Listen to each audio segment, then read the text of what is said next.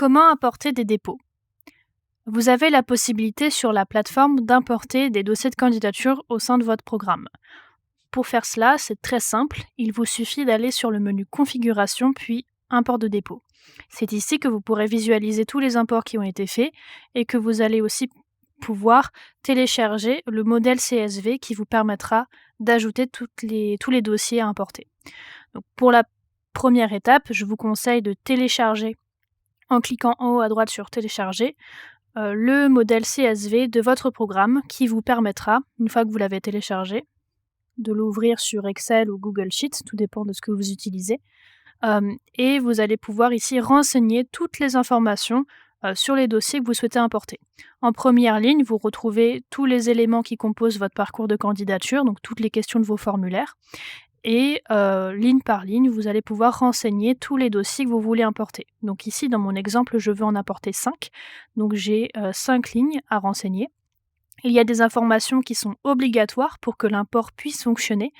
Ces informations sont les suivantes: la référence du dossier, le nom, prénom et adresse email de la personne. Pour la référence, vous êtes libre de mettre ce que vous voulez. Dans mon cas, j'ai mis C1, 2, 3, 4, 5. Vous pourriez très bien mettre des informations qui vous conviennent. Vous pouvez ensuite compléter toutes les informations en fonction des questions de vos formulaires. Une fois que le dossier est complet, vous pouvez le télécharger en CSV, attention, pas en Excel, bien en CSV. Et vous allez pouvoir importer votre fichier sur la plateforme en cliquant sur Import. Donc ici, je vais cliquer sur Import. Je vais donner un titre à mon import, donc je vais l'appeler Import tout simplement. On a bien le parcours qui est sélectionné et je viens chercher mon fichier d'import. Je clique sur Suivant. Et maintenant, je vais rentrer sur ce qu'on appelle le matching d'informations. Je vais venir confirmer que tous les champs de mes formulaires qui sont présents sur la gauche correspondent bien à ce que j'ai indiqué sur mon fichier CSV. Donc, par exemple, ici, on retrouve en premier les éléments qui sont obligatoires, donc le prénom, nom, adresse email et référence du dossier. Donc on voit ici que le champ est vide, donc je vais, en cliquant, sélectionner dans la liste déroulante la colonne qui correspond à la référence. Vous avez des exemples ici des informations que vous importez. Et vous avez ensuite toutes les informations, toutes les questions de vos formulaires qui sont recensées sur cette page. Donc on a le titre du formulaire avec toutes les questions qu'il compose, etc., etc. Les autres éléments ne sont pas obligatoires, même s'il y a un petit astérix ici qui l'indique. L'import fonctionnera quand même si la case est vide. La question sera tout simplement considérée comme non répondue. Il peut y avoir en revanche des sources d'erreurs qui peuvent faire que votre import ne fonctionne pas. La première, c'est s'il manque une ou plusieurs informations sur les éléments qui sont obligatoires que je citais tout à l'heure. La deuxième, ça peut être si par exemple, sur une question à choix, vous avez une réponse qui ne figure pas dans les options présentes sur le formulaire.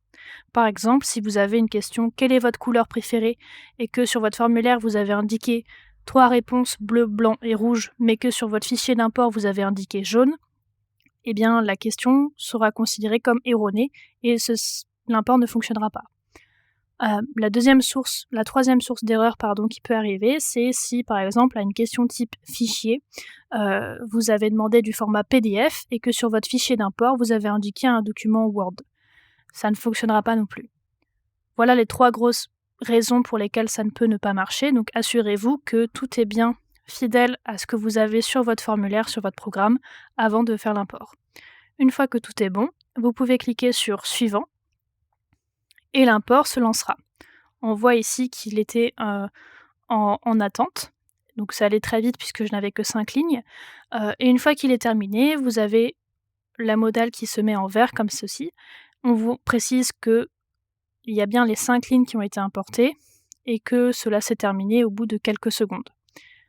Maintenant, je vais pouvoir consulter tous les dossiers importés sur le menu Dépôt. Donc je me mets ici.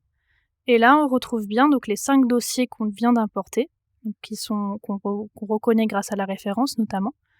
Et lorsque je rentre sur un dossier, on voit bien que la plateforme a repris tous les éléments que j'ai indiqués sur le fichier d'import. Et dans la partie des étapes, il y a certaines questions qui sont non répondues, d'autres qui sont répondues, en fonction de ce que j'ai indiqué sur mon fichier. Si le statut du dépôt sera mis à jour automatiquement en fonction des informations complétées sur l'import.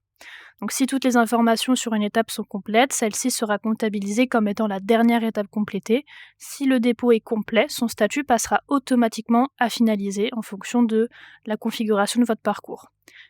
En revanche, aucune notification ne sera envoyée au candidat, comme la confirmation du compte, un email sur une étape d'envoi, etc.